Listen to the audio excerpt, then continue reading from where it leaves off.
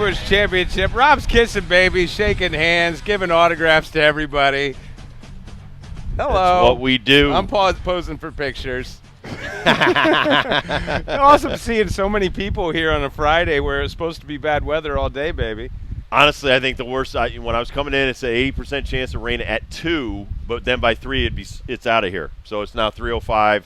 It's supposed to be out of here, and Ben and I are going to be live from the Travelers Radio deck all afternoon. Rain or shine. Brought to you by Big Y, and come by and say hi, man. It is crazy. You know, just talking to the last fly and the last parking people, it is the busiest they've ever had in the last 9 years. I mean, I think that's tremendous, and especially on a bad weather day. And listen, don't let the rain, fool you, man. Come out here. You're going to get a little bit wet. It might refresh you and cool you down a little bit. I mean, everybody's still here. It's crazy. The pros are out there on the driving range. They on just the walked out there. Yeah. Wow. I mean, listen, for them, they maybe change their clothes or do whatever, but it's still an amazing event right now. And I'll tell you what, Denny McCarthy is in the clubhouse 15 under after unreal. a 60 and a 65 the first 2 rounds. I can't believe he shot a 60 in the first round. I don't care what the conditions were. A 60? I mean, that is something to put on your wall and keep forever. That's an amazing round. And the cut line now is at -3. It started at -1, stepped late yesterday, went to -2 just before we started play today. Now it's at -3, and it is putting a lot of big names in contention and not making the cut. John Rahm, who has finished already, -2. He's looking for that cut line. Tommy Fleetwood. What's he at? He's at -2. Oh, come on, Fleetwood Mac. So we're rooting for people, but not everyone can make it to Saturday and Sunday. But you're right, like people. Bo Hostler -2. No, he's your guy. Bo. Sahith Theegala -2. Sahith. Sorry, I got to give you this bad Where's news. Sahith at? Is Sahith done? -2. Let's see. Sahith he's still out there, but he's a +2 on the 9th hole. We got birdies to get, Dibs. We got birdies to get with Sahith. Let me give you some more guys that are going to break your heart. Max Homa. Oh, my Homa, your Homa. Max Homa not having a good tournament so Homa. far. Don't go Homa. Top of the board right now are some people you may have never heard of. Of course, Denny McCarthy. Like, people should know Denny McCarthy. He's been following the PGA Tour. Eric Cole, was that J. Cole's brother? -11 right now. Zach Blair, -10. Who? These guys just love what they saw the first 2 days. They've been making shots, and, I would think the course is favorable to stick anything right now with all the quasi-rain we've gotten, but plus just the atmosphere is ripe to get some good grab off some backspin. But I don't care who you are, man. Denny McCarthy and a 60 to start this tournament, it's like playing with house money here on a Friday for the cut day. And for him to follow it up like he has with the -5 today, that's an unreal start to any tournament. Ricky Fowler had a great day. He was a -5 today. He was even yesterday. Tony Finau, these guys jumped up. Ricky Fowler jumped up 60 places. Tony Finau now at -5. Oh, bless you. I apologize Is it for the that. pollen blowing in? Yeah, it might of be the wind pollen. here, Might man. be some Got guy a that lot was of- eating popcorn. I don't know. It could have been a lot of different things that's going on right now. Been a little bit hectic here. We've had a lot of people. We've been here since about 1:30. We've talked to a lot of our friends. We've done some pre-tape interviews as well. You're going to hear from Rich Beam later, a friend of the show that we never really get in person. So happy to see him earlier today. And then we just had randos come up to us that love the show, been listeners for a long time, and are eating popcorn while they're talking to us, and maybe missing some teeth. That's fine. But the popcorn got to the jet stream of our fan, and it started blowing all over us. I'm honest. I mean, that's what happened. Listen, were you working with me when the guy threw the beer into the cooler? No, Okay, I was not. No. So 9 years ago, just to take you back a little bit, there used to be it looked like a garbage can, but it was actually would blow cold air on you. You just in the back, you'd load in ice, and then it had a big tube that shot it out. Well, this guy thought it was like a garbage can. Nice. So he had like a half drank Heineken. He chucks it in. Now it's blowing right at me, like way harder than this fan. And the whole beer hits me, smothered. Now, I'm a Heineken drinker. But I'm like, dude, you could have just gave me the beer. I would have drank it. You didn't have to throw it in the cooler. He was so embarrassed, but I was like, but that's what happens when you're out here at the Travelers, man. Yeah. We're very friendly. Right. We're fan friendly. We're all about the people. We'll talk to anybody. That's We've right. seen a lot of you people can even here. spill beer on me. I could care less. That's fine. We had lunch with a lot of people as we were setting up as well. Our radio deck kind of became the lunch area. Well, Vanessa had to bounce 25 people out of here, man. Our promo director, the beautiful Vanessa, don't want to pronounce her I think last name. it's Wozniak. Yeah, you're awesome. Is it? No, I don't know if that is it. I think it's. I always am afraid to pronounce her Wozniak. last name, but she is the queen of New Britain's Polish Society, and she is also the queen of all of our promotions. She's been doing a great job. By the way, she's been filling up our @979 WCS Instagram. Now, she's a gorgeous blonde who weighs about 110 pounds. Ooh, gee, but when she tells everybody to get the heck out, less I than think one? she's about 100. I was trying to beef her up because of the guns that she is possesses, ripped. but she told everybody, get the hell out of this guy's radio deck. We're doing a show. And I did that earlier. Before she did, nobody moved. She did that. Everybody got the heck out of here. So big thanks to Vanessa for clearing the She's way the for best. us today. But we also are coming off the eve of the NBA draft, sir, and a couple of our friends I thought looked really good last night. Yep. One in particular who was there in Brooklyn, lottery pick. I think the 15th pick's a lottery pick, right? He was number 14. Number 14? Number 14, New Orleans, Jordan Hawkins. Jordan Hawkins, I thought, looked great. There was a bunch of clown outfits out there. What? I mean, that's the way the boys dress now. All right, so Grady Dick was probably the one everybody was like, Grady what Dick are you looked wearing? great. He was wearing the bright the one red. cat that had like the black jacket with all the stuff. Henderson. I have Scoot has the same. I have the same shirt. That's a rhinestone cowboy shirt. I'm a rhinestone cowboy kind of guy. So when you're living in L.A., I'm telling you that flies in L.A. Maybe New York. What about Portland? Portland, no. Well, that's where he's going. Yeah. So you might not want to wear that around Portland, but hey, L.A. You're gonna look fly. Let's start at the top. Victor Wembanyama went first overall to the San Antonio Kind of a no-brainer. Spurs. 7'6", whatever, and listen, everybody talks highly about him. It's all about being availability. We talked about Zion Williamson when he came out. If you can keep somebody healthy, and I'm thinking 65 games. Let's just start there.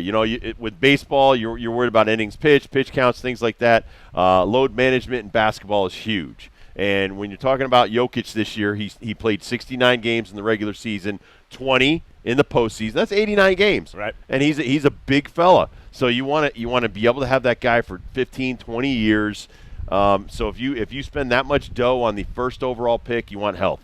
Well, I think that they went to the perfect organization for someone to be cultivated and mature as an NBA veteran. The San Antonio Spurs, you can't really get much better than what they do in their philosophy. They've been amazing with big men, too. Obviously, Coach Popovich knows what he's doing, but it's been a while for that city, and I just hope that the rush isn't on to push this guy, like you're saying, 82 games starting, playing as many minutes as he possibly can, just try to survive. I would handle this with care.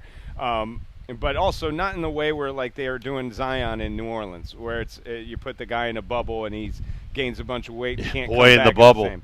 So God, it's like that. That was the kid that was the germ freak. We don't want anything to happen to him. This guy, it's bubble wrap, and it's like, listen, at some point, you have to push yourself as an athlete. Yeah.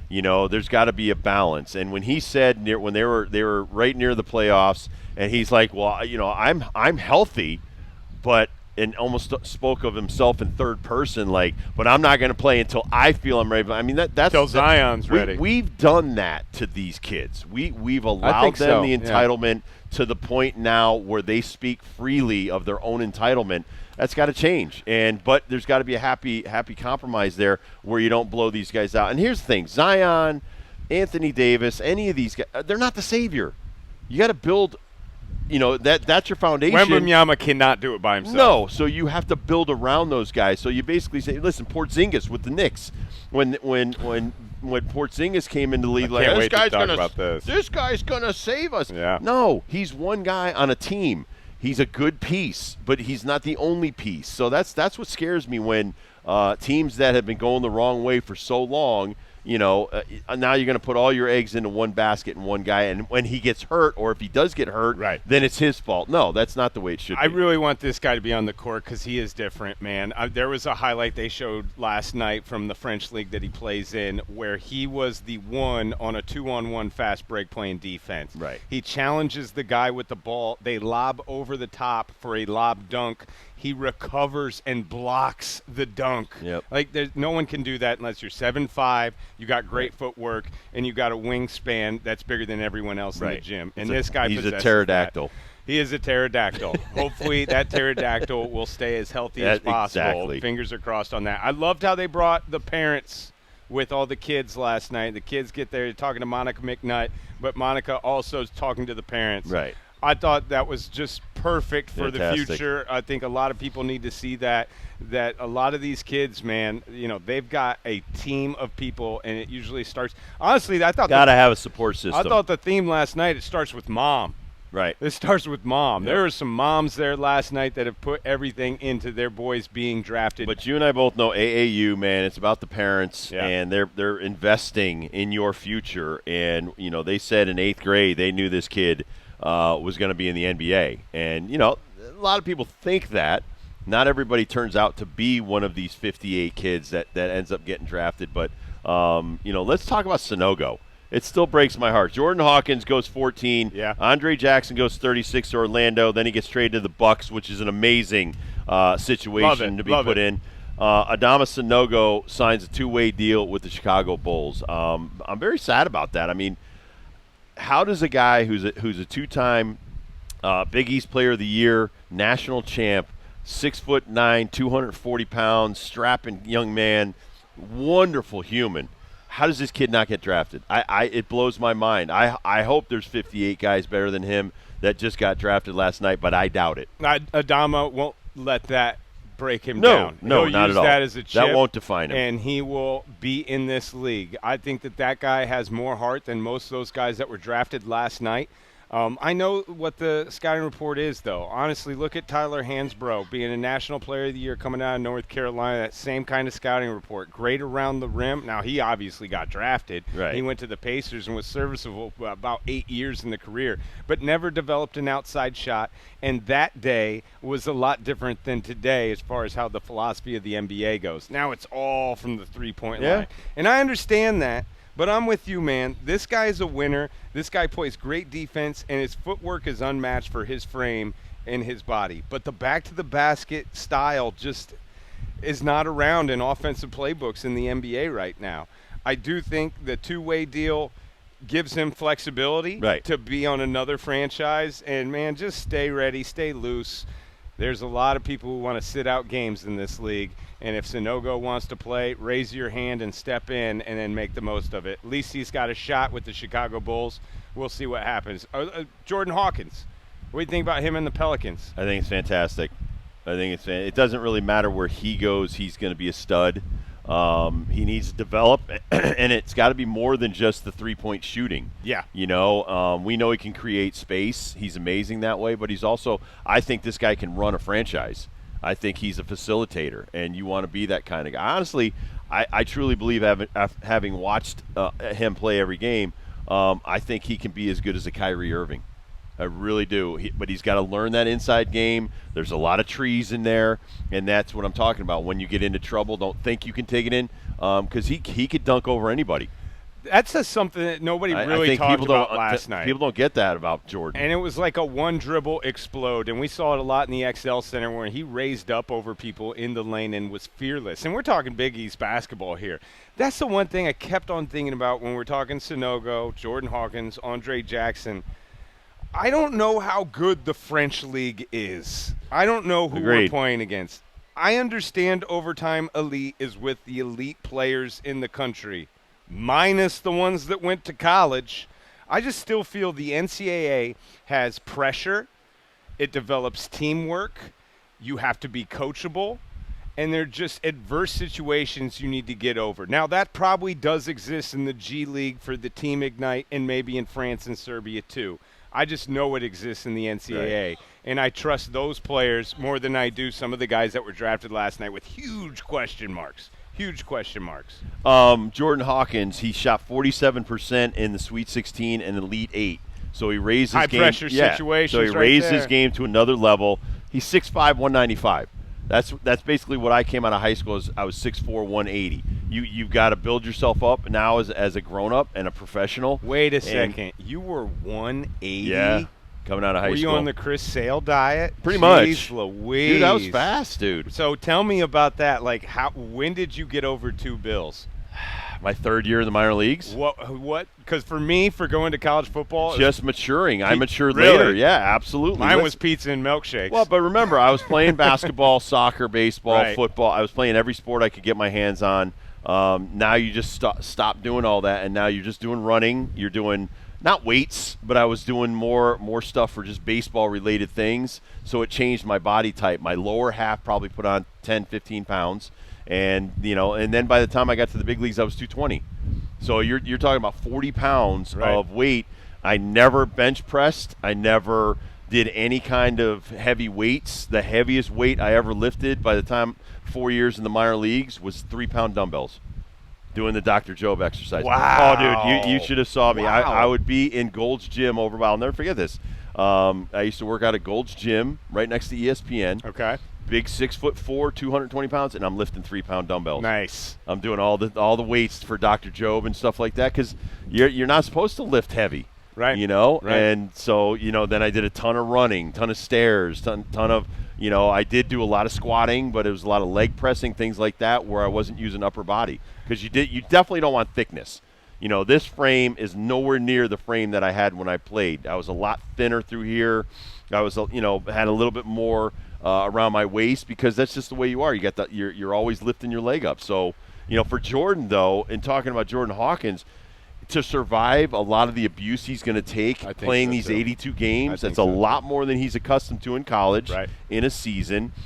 You've got to prepare yourself. And like you were talking about Yama, you've what you've been doing before as opposed to what you're going to be doing now as a professional, 2 totally different things. But now they've got the technology, they've got the nutrition, they've got all of that down. 30 years ago when I was playing, they didn't know anything about that. You're still eating Mickey D's, you're still eating other stuff that you're throwing down your throat. Now everything is low in sugar, high in carbohydrates, things like that. So they know how to put the weight on properly to where you're not just getting big and fat. But I think you said it too. Maturity will put weight on you. This is a mature kid. Well, all of them, well dude. beyond his days. But not physically. No, Like mentally. He's That's what got I'm saying. The maturity physically. Like these guys are all 19, 20 or less. They're babies. They are They're babies. babies. They still have 3, Like 4 I said, more John years to Sally. grow. John Sally grew 6 inches at Georgia Tech. Yeah. He went in as a guard. He came out as a center. So, I mean, for this guy, you don't even know. He could grow a couple more inches, Michael Jordan, when you look at Michael Jordan when he first came into the league, he was a stick coming out of North Carolina. Good point. When he left, he was jacked. I think LeBron James from rookie year to Miami. Just look at those basketball much cards. more defined. But even now in his mid-30s, okay, I can't lift the way I did when Right. I was 25. I can't do Right. as much because I don't recover as quickly. So now, that's a lot of trial and error that these NBA teams have. The experience that he's going to a good organization. They've had a lot with the Zion Williamson stuff. So hopefully this guy goes to a good organization that knows how to get him to evolve into a superstar. Honestly, I think if he still can shoot at a 40% clip from behind the arc, doesn't matter if it's New Orleans, doesn't matter if it's LA, somebody in the NBA will want that act and they'll put him on a team if he can continue to shoot at the clip he does. Everything else is just going to add to his stardom. And We got drama here at the Travelers. What bro. happened? Wait, breaking Scotty news. Scheffler accidentally whacks himself in the face with his own club hitting his tee shot. No way! Did he break a tooth? Is it like a Dumb and Dumber situation? They don't have like all the Lloyd? gory details, but I'm sure we'll get to see it a little bit later. Awesome! All right, so we've got Dr. Robert Waskowitz from Hartford Healthcare and Orthopedic Associates of Hartford. He will join us next, and we'll talk about that. What's it like when you get injured in the middle of a round and somebody needs to put you back together? Maybe it could be teeth. Maybe it could be your shoulder. Dr. Robert Waskowitz next. We're live from the Travelers Radio Deck, brought to you by Big Y.